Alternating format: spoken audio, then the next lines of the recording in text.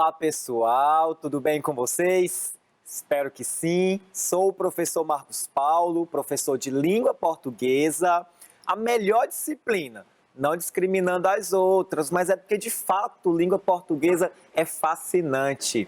Espero que você goste tanto quanto eu dessa disciplina. Estamos começando mais uma aula, espero que você esteja bem, esteja confortável. Pegue seu caderno, sua caneta, seu lápis, para que a gente possa aprender bastante nesta aula, certo? Bem, nesta aula nós vamos aprender sobre linguagem verbal e linguagem não verbal e vamos aprender também elementos de comparação dos textos. Como assim, professor? Na língua portuguesa, bem como em toda e qualquer língua, na produção dos textos em geral, nós temos a linguagem verbal e a linguagem não verbal. E nós vamos ver o que é que isso significa. E vamos ver também o que implica na nossa leitura. Muda alguma coisa? Nós temos que ter alguma estratégia para ler o texto quando ele tem material verbal e material não verbal, uma linguagem verbal e não verbal. O que é que muda? Vamos ver hoje na nossa aula. E vamos ver também elementos de comparação dos textos quando eles tiverem o mesmo tema. Às vezes, em relação ao mesmo tema, os autores, dos textos têm a mesma opinião, mas às vezes têm opiniões diferentes. E nós vamos ver como é que isso funciona, certo? Há descritores no sistema de avaliação da educação básica, e nós vamos ver os descritores a seguir. Veja, o D5, nível 5, que diz relacionar linguagem verbal e não verbal em chardes, tirinhas, contos, crônicas e fragmentos de romances. Então, nós vamos ver essa linguagem verbal e não verbal em alguns desses gêneros. E vamos ver também a diferenciação, nós vamos diferenciar a abordagem do mesmo tema em texto de gêneros distintos. Então, vamos ver como funciona o mesmo texto, o mesmo tema, melhor dizendo, em mais de um gênero diferente, certinho? Bem, então vamos começar. O que é uma linguagem verbal? Tá? A primeira coisa que a gente vai ver na nossa aula de hoje é o que é que significa esse tipo de linguagem. Certamente vocês já se depararam com ele, vocês já leram textos que têm uma linguagem verbal. O que é uma linguagem verbal, então, professor? Uma linguagem verbal é quando ela é expressa por meio de palavras, sejam escritas, sejam faladas. Apenas isso. Todos nós lidamos com textos materiais que têm esse tipo de linguagem, seja no livro didático, seja no quadro, quando o professor coloca algum trecho de texto, seja no seu cotidiano em geral. Então, linguagem verbal é quando nós temos uma linguagem expressa por meio de palavras, sejam palavras escritas, sejam palavras faladas. Então, isso é um texto que tem uma linguagem verbal, certo? Uma linguagem não verbal, por outro lado, é quando nós utilizamos elementos visuais, como desenhos, gestos, posturas, placas, dentre outros. Linguagem não verbal é toda aquela linguagem que se utiliza do imagético, do visual, para que produza sentidos dentro do texto. Então, enquanto a linguagem verbal utiliza materiais escritos ou falados, a palavra em si, o não verbal vai utilizar imagens, desenhos, gestualizações, gestos, posturas, tudo aquilo que não se utilizar da palavra, beleza? Então, com certeza, nós já lemos textos que têm linguagem verbal, já lemos textos que têm linguagem não verbal e já lemos textos que têm a linguagem verbal e não verbal ao mesmo tempo. E a gente vai analisar isso na nossa aula de hoje, que é justamente a linguagem mista. O que é uma linguagem mista? É quando eu tenho uma junção, uma mistura desses dois tipos de linguagem no mesmo texto. Professor, pode haver isso? Pode, e eu vou provar para você como é que isso funciona, beleza? Então, Vem comigo. Então, nesse tipo de linguagem, a comunicação é estabelecida pela junção de informações apresentadas pelos elementos verbais e não verbais, a linguagem mista. Isso é típico em gêneros como chardes e tirinhas, por exemplo. Não é comum em todos os gêneros aparecer a linguagem verbal e não verbal. Não é uma coisa muito comum, mas em alguns gêneros, em gêneros mais específicos, mais particulares, como a tirinha, como a charde, é muito comum nós termos esse tipo de linguagem mista, que se aglutina a verbal e a não verbal. Comum demais. Basta nós lembrarmos aqui de uma tirinha, né, de aquelas histórias em quadrinhos que nós lemos, né, a Turma da Mônica, por exemplo, que é uma das mais famosas, né, nós vamos ter elementos verbais e elementos não verbais, mas para ficar melhor, para você entender de fato o que é que eu estou falando, eu trouxe aqui para você algumas tirinhas, algumas chardes que têm essa linguagem mista, aspectos verbais e aspectos não verbais. Vejamos. Veja esse texto. Você consegue observar nesse texto algum desenho? Você consegue observar nesse texto alguma imagem? Você consegue observar nesse texto alguma fotografia, algum gesto, por exemplo? Não leve em consideração o emoji aí em cima não, tá? Da lupa, isso aí é extra.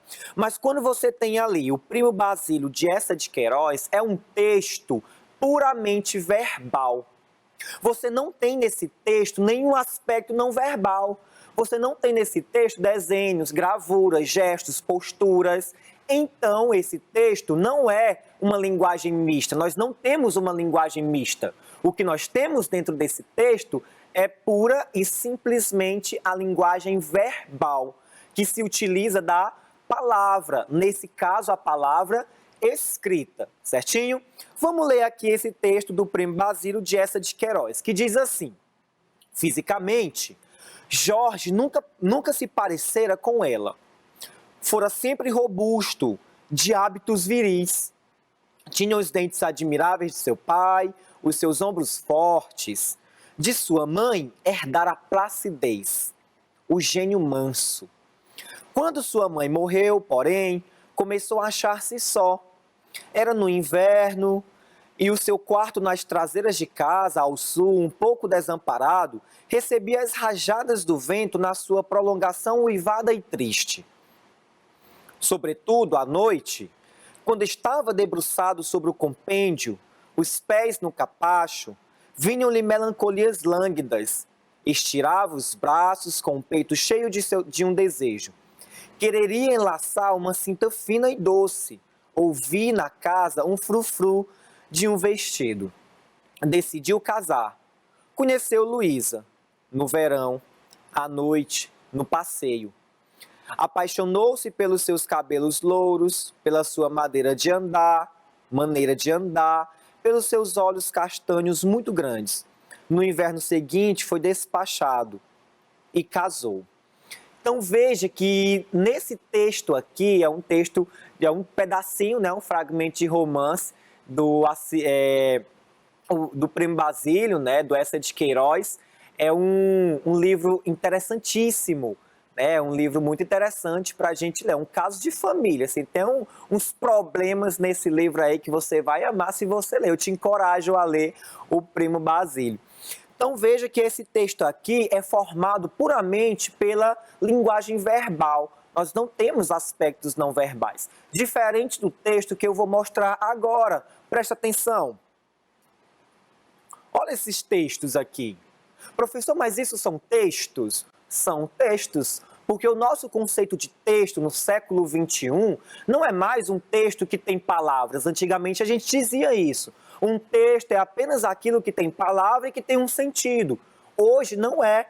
Hoje um texto é tudo aquilo que comunica um sentido.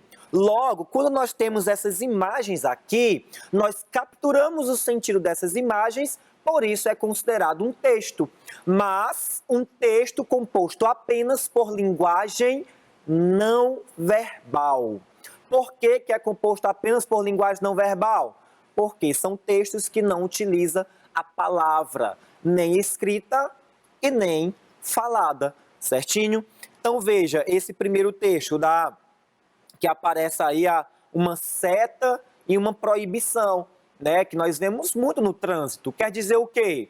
Proibido virar à esquerda. Nós entendemos isso. E por que nós entendemos? Nós entendemos porque é um texto que comunica, tá? Embora não haja palavras, mas comunica, tem um sentido, certo? Nós que não queremos obedecer, tá? Mas nós temos que obedecer às leis de trânsito, tá certo? Então você aí, primeiro que você nem pode andar de moto e carro, parou com essa história, tá certo? Mas se anda, ó, obedecer, certo? O segundo, proibido o quê? Proibido fumar, tá? Quando nós vemos esse cigarro e uma placa de proibição, geralmente vermelha, né? O que é que ele diz? Ele diz que não se pode fumar em determinado lugar, certo? Então, esses dois exemplos são exemplos de textos que contêm linguagem não verbal, apenas linguagem não verbal. Professor, mas o senhor disse que ia nos apresentar textos que têm uma linguagem mista, que tem aspectos verbais e não verbais. É verdade, eu não estava mentindo, eu vou provar para você. Veja aqui, uma tirinha de Mafalda. Aí ela sugere um questionamento, veja. Para onde vocês acham que a humanidade está indo? É uma pergunta que às vezes eu me faço também. É uma reflexão que acha espaço na minha mente. E olha o que é que os meninozinhos respondem. Para a frente, é claro. A frente é para lá. Lá não é frente. A tua frente não é minha frente, mas é minha frente. Aí a Mafalda, com essa briga toda, diz assim: estou começando a entender porque é tão difícil a humanidade ir para a frente. Olha que coisa. Ela propôs uma reflexão, mas essa reflexão aí não foi tão legal, porque os meninos começaram a brigar. Brigar por quê? A frente de um não era a frente de outro. As perspectivas que eles tinham eram diferentes, tá? Os lados eram opostos. Então, veja que dentro desse texto aí, nós temos palavras escritas. Então, é um texto que tem linguagem verbal. E nós temos textos, e nós temos imagens, desenhos. E esses desenhos constituem a linguagem não verbal. Logo, é um texto composto por linguagem mista, quando nós temos os dois tipos de linguagem. E quando nós temos isso, os dois importam para a significação. Eu não posso abandonar um em detrimento do outro. Eu não posso olhar nem só para as palavras e nem só para os desenhos. Tudo importa na minha interpretação. Eu tenho que observar tudo dentro desse texto. Os gestos, a face de cada um, como que a boca está posicionada, o olhar de cada um. Eu preciso ver a posição, os gestos, como que as palavras estão dispostas. Professor, precisa fazer tudo isso? Precisa. Porque os desenhos vão ter significados, vão sugerir significados, mas as palavras também vão sugerir um significado. Então, o texto ele vai ser compreendido à medida que eu tiver uma relação, à medida que eu estabelecer a relação entre tanto linguagem verbal como linguagem não verbal. Certo, pessoal? Está dando para compreender essa discussão da linguagem mista dentro de um texto? Espero que sim, tá? E se não tiver, anota suas dúvidas para levar para os seus professores. Importantíssimo isso, beleza? Então vamos à frente, veja. No texto, elementos verbais e não verbais se comunicam para. A junção de tudo isso tem a seguinte comunicação. Letra A. Fazer uma reflexão sobre a humanidade. Letra B. Criticar as maneiras de se promover debates nos dias atuais. C. Indicar as diversas direções para seguir o mesmo caminho. Ou D. Incentivar crianças e adolescentes a discutirem sobre a sociedade. O que é que vocês colocariam se fosse uma prova, uma atividade aí para vocês? Mas é uma atividade aqui com o tio Marcos, né? Então vamos lá, o que é que vocês vão marcar?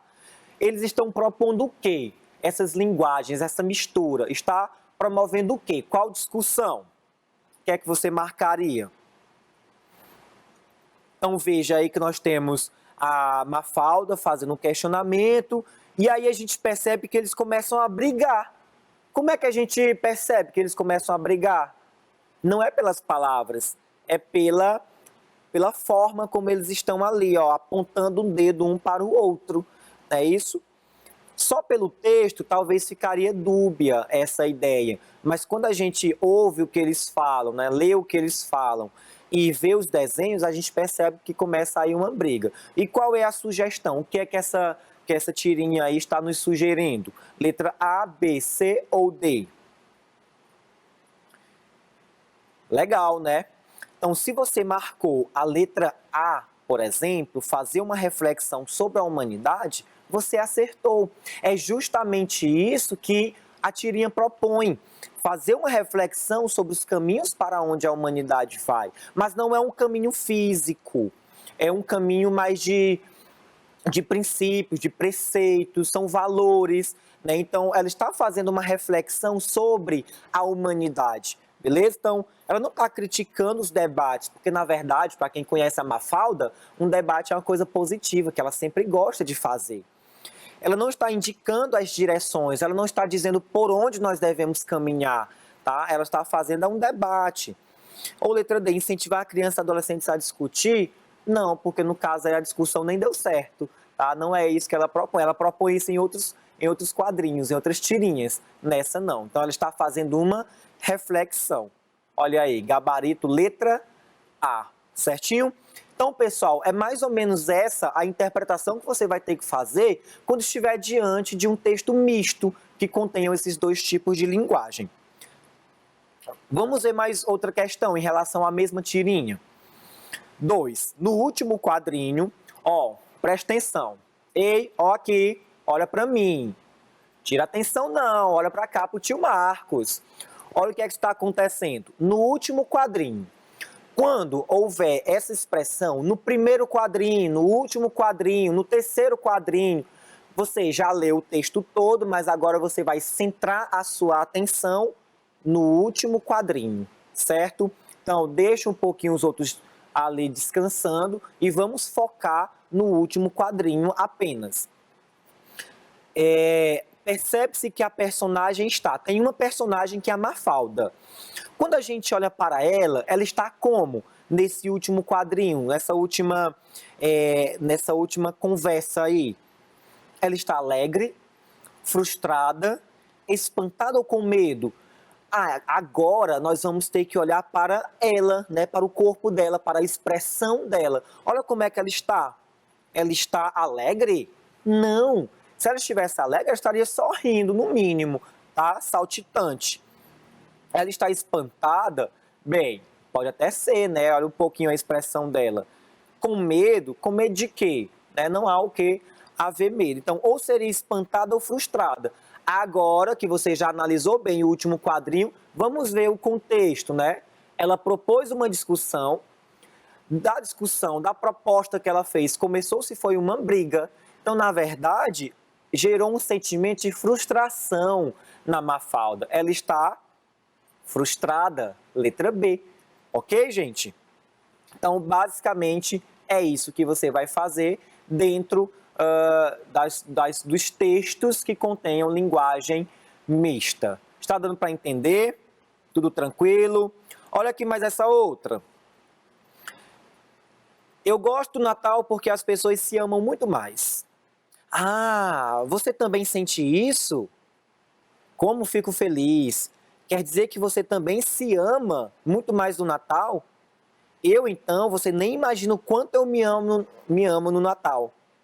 Por que será que as pessoas se amam muito mais no Natal? Então, na verdade, a Mafalda estava falando do amor recíproco, né, de um para o outro. Mas a coleguinha dela não entendeu essa discussão, né? A coleguinha dela pensava que era o amor a si mesmo, né? Esse egocentrismo, digamos assim. A respeito da tirinha da Mafalda, é correto afirmar que foi o que aconteceu aí. A gente vai ler, vai prestar atenção nos aspectos verbais e não verbais e vai depreender o quê? vai depender que as duas têm a mesma opinião, né? Que a Mafalda tem a mesma opinião que sua amiga. B, concorda com a forma de pensar de sua amiga.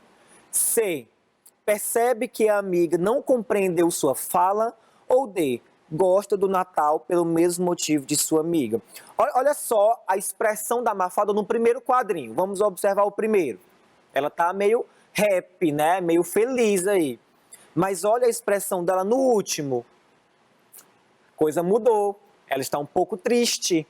Ela está um pouco triste por quê? Como é que a gente sabe que ela está triste? Olhando a imagem dela. Agora a gente entende o porquê ela está triste lendo o texto, né? O texto escrito.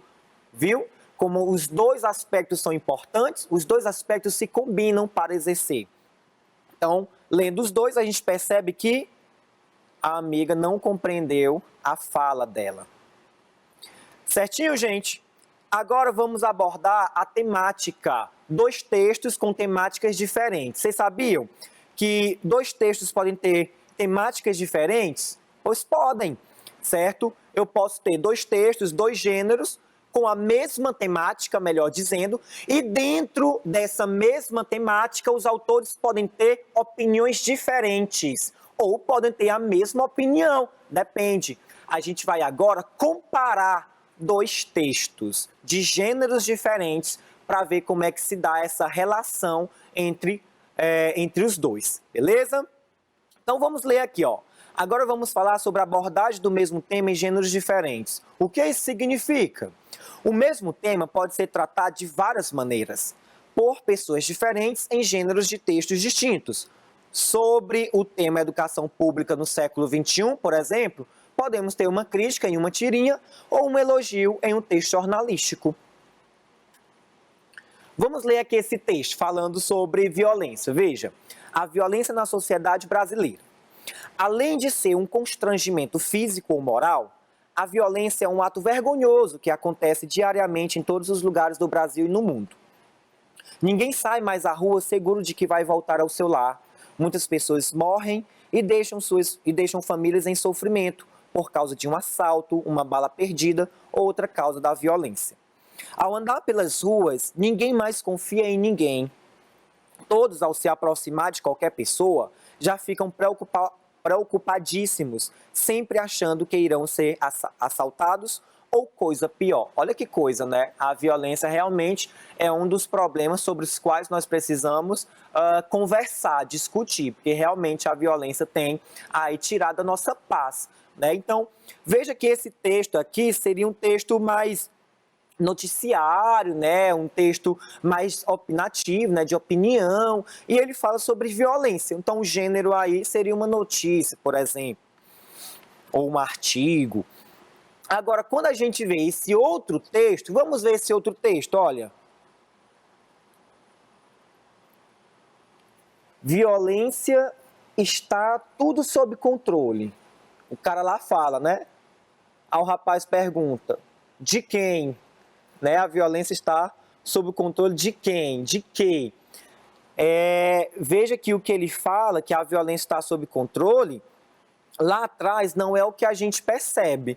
Né? A gente percebe, na verdade, é que a violência não está muito sob controle, é que existe mais violência do que nós desejaríamos. Né? Na verdade, ninguém deseja violência nenhuma, mas aqui veja o caos que está nessa tirinha, né? Nessa charge. Então perceba que aqui também fala sobre violência. O primeiro fala sobre violência e esse aqui também. Então são dois gêneros diferentes que tratam sobre o mesmo tema. Se eu te questionar, por exemplo, qual o tema do texto 1 e do texto 2, o tema é violência. Tá? Os dois textos estão tratando sobre a mesma coisa. Certinho, gente? Então, como é que eu vou analisar, professor? Quando tiver dois textos de gêneros diferentes? Tranquilo, para, respira, lê o primeiro texto com carinho, percebe o que o primeiro texto está te falando. Ok, entendeu o tema do primeiro? Entendeu a opinião do autor no primeiro texto? Agora vai para o segundo. Entendeu o tema do segundo? Entendeu as opiniões que estão ali no segundo? Tranquilo. Agora você vai comparar os dois. Os dois têm o mesmo posicionamento, a mesma opinião. Como é que está acontecendo isso, essa relação? Veja, em relação à temática, os textos apresentados são. É um tipo de pergunta que vai estar nos seus testes, né? Na sua vida, em qualquer prova que você for fazer. Essa relação que você tem que estabelecer entre os textos.